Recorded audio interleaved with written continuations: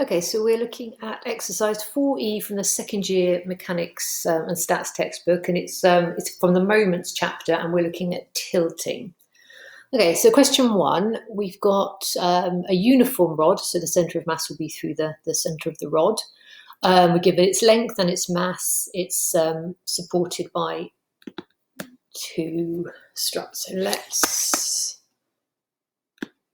just get a sketch of that. Sorry, I was trying to switch orientation. There we go. Okay.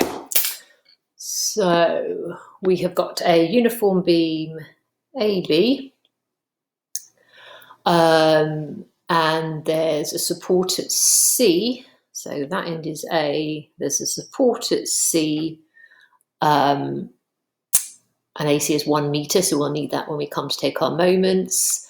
The whole thing is 4 meters long, so D is a bit further away from that end. It doesn't really matter if it's not drawn to scale. And there's B. Okay, so I'll label in the lengths they've given me shortly.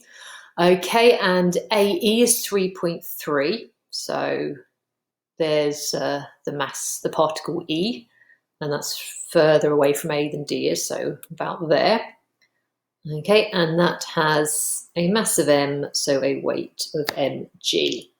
Okay, so let's get all our forces labelled. So we were told it was a uniform rod, so the 8 kilogram mass of the rod is going to work through the centre. So the centre of the rod is going to be 2 meters along it, so that's going to be sort of between C and D.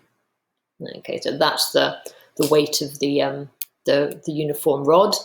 And then there's possibly 2 reaction forces, but what's sort of being introduced in this chapter is it's about to tilt about D. So basically that must mean that end B is about to go down and end A is about to go up. Yeah, it couldn't be the other way because C would be stopping it. So it's about to tilt about D. Okay, so there will be a reaction at D, but there won't be a reaction force at C because it's literally just on the cusp of lifting up and not making contact at C anymore. So if it says it's about to tilt, that does mean something very specific. It means that there'll be no reaction force there. Okay, so work out the value of M. Right, so we're going to take moments. So I can say that R is 8G plus mg. I could use that. I don't think that's going to help me with this question, but that certainly would be true. But I think what I want to think about is where the most sensible place to take moments would be. And I would suggest either taking moments about D or about E. Okay, because there are 2 unknown forces. So I don't know R, and I don't know M. So I'm going to take moments about D because M is the one that I want to find. If I took moments about E, it would be all right because once I know R, I could then work out what M is from resolving vertically. But I think for this question, my most sensible method is going to be to take moments about D. Okay, so I will want to know all the lengths if I'm taking moments, so let's get those labelled on. Okay, so in the question, it told me that AC was 1 meter, AD was 2.5 meters. I know the rod is uniform, so I know the centre of mass is 2 meters from the end, and it told me that AE was 3.3 meters, I think. Let's check. Yeah, 3.3 meters. Okay, so they're the distances that it gave me in the question. But if I'm taking moments about D, I'm really interested in the distances of all those forces from D. So actually, let's change colour.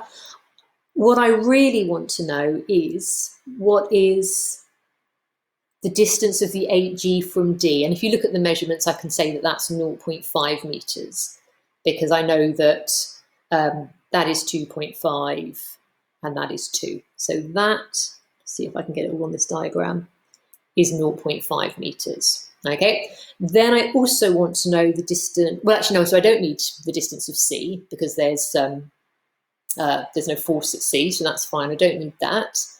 So in fact, the only other force that's going to cause a moment is going to be the block at E.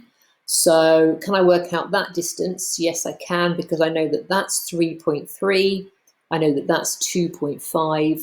So if I do 3.3, take away 2.5, as long as I haven't messed that up, I get 0.8 meters. And they're actually the only two forces I need to consider. So there is no force at C because it's about to tilt, and I don't need to use the force at D because I'm taking moments about D. Okay, so let's take moments, right. So the 8G is going to be pulling down to the left, so that's going to be trying to turn it anti-clockwise. So the anti-clockwise moment will be the force, which is 8G, times the distance, which is 0.5. So that's the only anti-clockwise moment. And then this force here is going to be pulling the right side down, so that will be trying to turn it clockwise. So that is going to be mg times, oh, don't know how to change that, times a distance of 0.8 meters.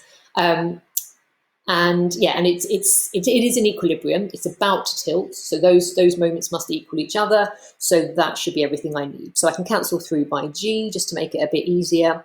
So 8 times 0.5 is 0.8 m. I have got my calculator. So 4 divided by 0.8 gives me a mass of 5. Oh, I always do that. Sorry. Right. Okay. So 4 is 0.8 m. So the mass, hopefully, is 5 kilograms. So the value of m would be 5. Just check that. Lovely.